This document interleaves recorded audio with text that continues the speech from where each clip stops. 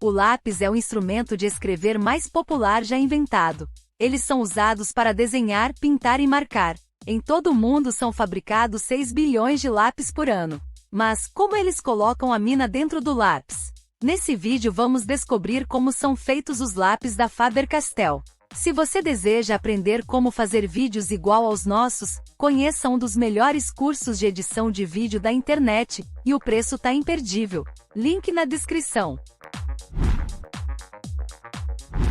As minas do lápis são feitas a partir do grafite, que é uma espécie de carvão mineral obtido das jazidas de algas pré-históricas enterradas há mais de 400 milhões de anos. O grafite é um mineral que começou a ser explorado por volta do ano de 1564, quando a primeira mina deste material foi descoberta no norte da Inglaterra. O grafite é uma forma de carbono, um dos minerais mais macios.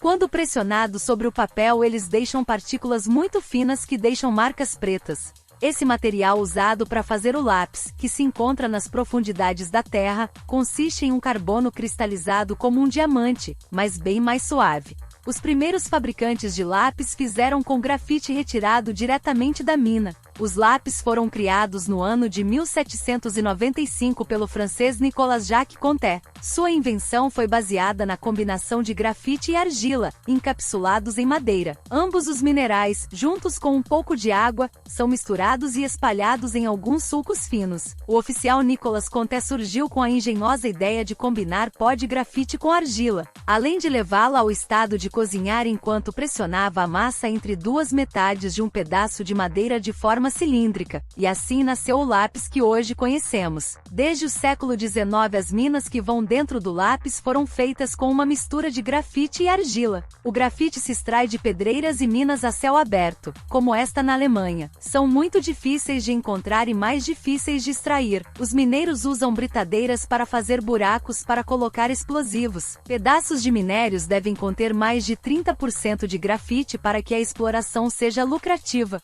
No final do turno, a coleta do dia é retirada para a superfície. Já na superfície se tritura o mineral em pedaços pequenos. A rocha triturada se transforma em um pó fino e seco. Agora está pronto para enviar à fábrica de lápis, pertencente a uma das grandes empresas produtoras de lápis de todo o mundo, a fábrica alemã com mais de 200 anos, Faber-Castell.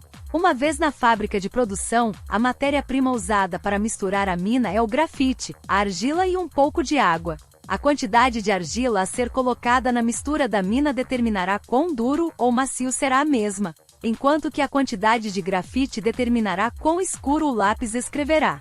Muitas pessoas se perguntam como eles colocam as minas nos lápis, mas na verdade a mina não é colocada no lápis. O processo de criação é um pouco diferente de como costumamos imaginar, já que fazer lápis é uma arte. Para criar as minas, a alma do lápis, os fabricantes misturam os compostos como grafite e argila em uma batedora gigante. Depois que se adiciona uma quantidade adequada de água, a máquina é ligada e começará a bater todos os ingredientes. É necessário deixar a massa descansar por 1h30, isso produzirá grânulos homogêneos. As minas dos lápis de cor são feitas principalmente com pigmentos de cor e um agente de ligação. Quando a mistura está pronta, é levada a uma máquina com funis ou molde onde será moldado a mina que conhecemos. A pasta de grafite e argila é esticada através de um rolo a uma pressão muito alta, quase 10 toneladas por centímetro quadrado.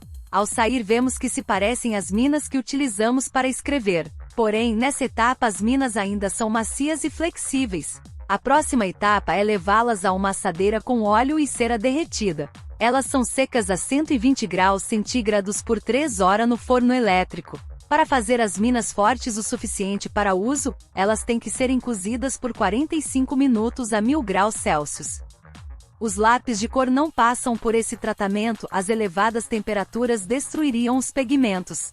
O banho de cera dá aos lápis uma superfície sedosa, desta forma eles vão endurecer e serão tão resistentes quanto as minas do lápis, já que quanto mais cera tem a mistura, mais dura e escura resultará o nível da mina. A cera sela os poros das minas, criando uma superfície que desliza facilmente no papel.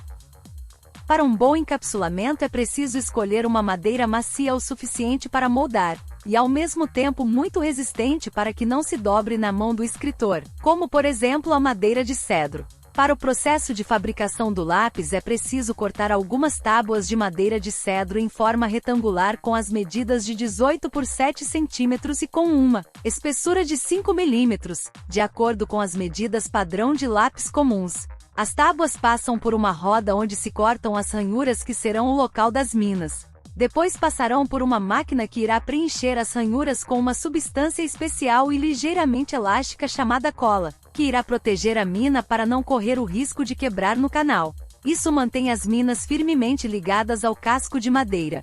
A roda de metal coloca de uma em umas minas dentro dos cascos. A segunda tábua de madeira é colocada acima da primeira. O resultado é comumente conhecido como sanduíche. O sanduíche é secado em um forno por quase 1 hora. Em seguida, um pistão pressiona as placas usando um peso de 1 tonelada por 1 hora para que a cola seque completamente. Ao final desse processo, as tábuas em forma de sanduíche serão tão perfeitamente unidas que não será notado que são 2 tabletes colados. Na próxima etapa, as tábuas passam por uma máquina chamada fresadora. Esta provavelmente é uma das máquinas mais importantes para a elaboração do lápis, já que corta a madeira para dar-lhe a forma adequada, seja triangular, hexagonal ou cilíndrica. Cada sanduíche de madeira é cortado cerca de 10 lápis. Uma pessoa se encarrega de testar a qualidade deles pegando um dos lápis e afinando-o manualmente. Para verificar se a mina é eficaz, é preciso pressionar a ponta com um peso de 2 kg, o qual deve resistir. Posteriormente, os lápis recebem uma camada de proteção. Cada lápis recebe várias demãos de tinta para um acabamento perfeito. Os lápis devem ser pintados cerca de 4 ou 5 vezes para que a madeira seja bem coberta. A última camada que se passa no lápis é aquela que sela o trabalho com uma tinta transparente mais conhecida como verniz. O verniz é feito com base de água e sem produtos tóxicos devido às pessoas terem costume de colocar o lápis na boca e mordê-lo. Depois de serem cobertos com pintura, os lápis passam por uma estampadora, que estampa o código e a marca da respectiva indústria a uma taxa impressionante de 500 lápis por minuto. Ao final, o lápis deve ser pintado de maneira separada mergulhando em tinta. Uma folha de lixa é colocada em uma superfície a fim de apontar os lápis, muito mais rápida que um apontador de lápis manual. Para finalizar o processo de produção, se coloca uma borracha sobre alguns lápis. Os lápis são direcionados para uma máquina que primeiro adiciona uma virola de alumínio, e em seguida, coloca a borracha pressionando-a. Um funcionário se encarrega de verificar os lápis à mão, embalando em caixas e distribuindo por todo o mundo. É assim que são feitos mais de 180 milhões de lápis.